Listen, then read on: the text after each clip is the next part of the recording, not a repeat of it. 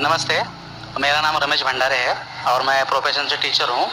तो मैंने सुना है कि मोहम्मद पैगंबर जी ने चांद की तरफ उंगली दिखाकर चांद के 2 टुकड़े किए हैं, लेकिन अभी फ़िलहाल इंसान चांद पे जाकर आ चुका है। तो यह साइंटिफिकली प्रूव हो चुका है, ये जानना चाहता हूँ मैं। भाई साहब ने मुझे नमस्ते कहा। कुरान की आयत है सूरह निसा सूरह नंबर 4 आयत नंबर 86 में, कोई भी आपको अगर विश करता है तो उसको और बेहतरीन तरीके से विश करो, या कम से कम उतना। आपने कहा नमस्ते, मैं आपको फिर से नमस्ते नहीं कह सकता हूँ। क्यों?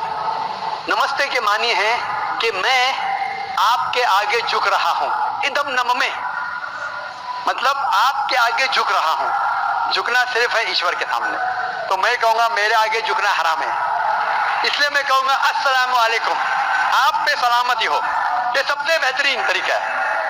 इसीलिए मैं नमस्ते का जवाब नमस्ते, क्योंकि मैं नमस्ते के मानी जानता हूँ। अक्सर हिंदू नमस्ते के मानी जानते भी नहीं। नमस्ते आता है एकदम नममे से, आप मेरे सब कुछ है, मैं आपका सब कुछ नहीं हूँ। कुछ कुछ आपको हिदायत दे सकता हूँ, हिदायत देने वाला अल्लाह सुब्हानहू व तआला है। हाँ? तो इसीलिए मैं नमस्ते का जवाब दूंगा अस्सलामु अलैकुम, अल्लाह की सलामती आप पर हो। आपका सवाल था कि मोहम्मद सल्लल्लाहु अलैहि वसल्लम चांद के 2 टुकड़े कर चुके हैं, इंसान चांद पे जा चुका है, तो साइंटिफिकली साबित हुआ कि ने चांद के 2 टुकड़े हुए क्या नहीं। कुरान की आयत शक्ल कमर की कई हदीस है।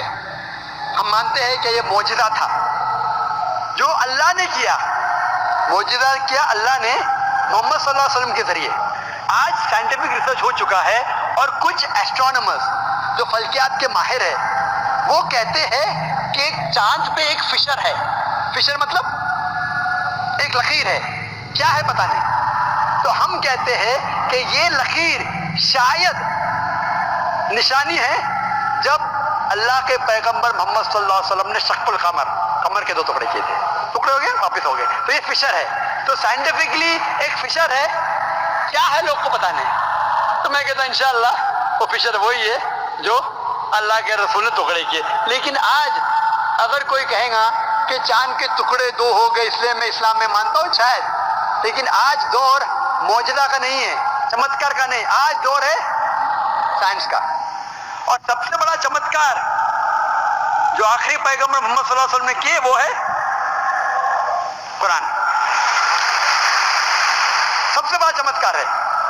तो मैं तकरीर दी थी सबसे पहले बार पुणे में असेंबली हॉल में, कुरान और जदीद साइंस, उसके जरिए पता चलता है कि कुरान हम साबित कर सकते, अल्लाह की किताब तब भी साबित कर सकते थे, आज भी और ता क़यामत तक। तो ये मेन चमत्कार है। कोई भी इंसान पढ़ेगा, अगर आपको आदमी ने तर्जुमा पढ़ी है और अगर सही नियत से पढ़ेंगे, आपको अल्लाह ताला हिदायत जरूर देगा। हिदायत मतलब सही रास्ता दिखाना। तो सही रास्ता जो है वो आखिरी कलाम खुदा का, वो कुरान शरीफ। अब नाम से क्वेश्चन माइक नंबर 2 से जी। अस्सलाम वालेकुम साहब, पीस बी विथ यू। मैं रिटायर्ड कर्नल सुरेश पाटिल हूँ। पिछले 10-12 साल से मैं राष्ट्रीय एकात्मता बल्कि हिंदू मुस्लिम यूनिटी के लिए काम कर रहा हूँ। जैसे आजकल मीडिया में दिखाया जाता है, जिस तरह से उत्सव प्रियता बढ़ रही है।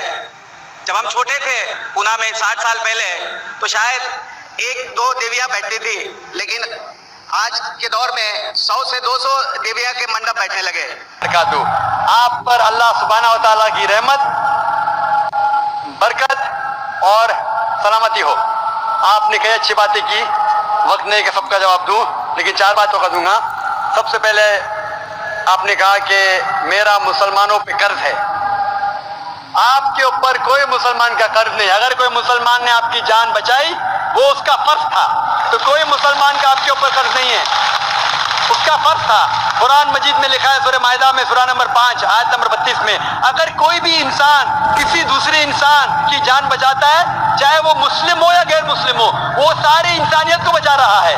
तो कमरुद्दीन भाई ने अगर आपकी जान बचाई, अपना फर्ज किया, आपका उसके ऊपर कोई कर्ज नहीं है, वो उसका धर्म था, वो उसका फर्ज था। जो पसंद आई तो हमारे चैनल को सब्सक्राइब कीजिए। मिलते हैं ऐसी नई वीडियो में, तब तक के लिए अल्लाह हाफ़िज़, शुक्रिया।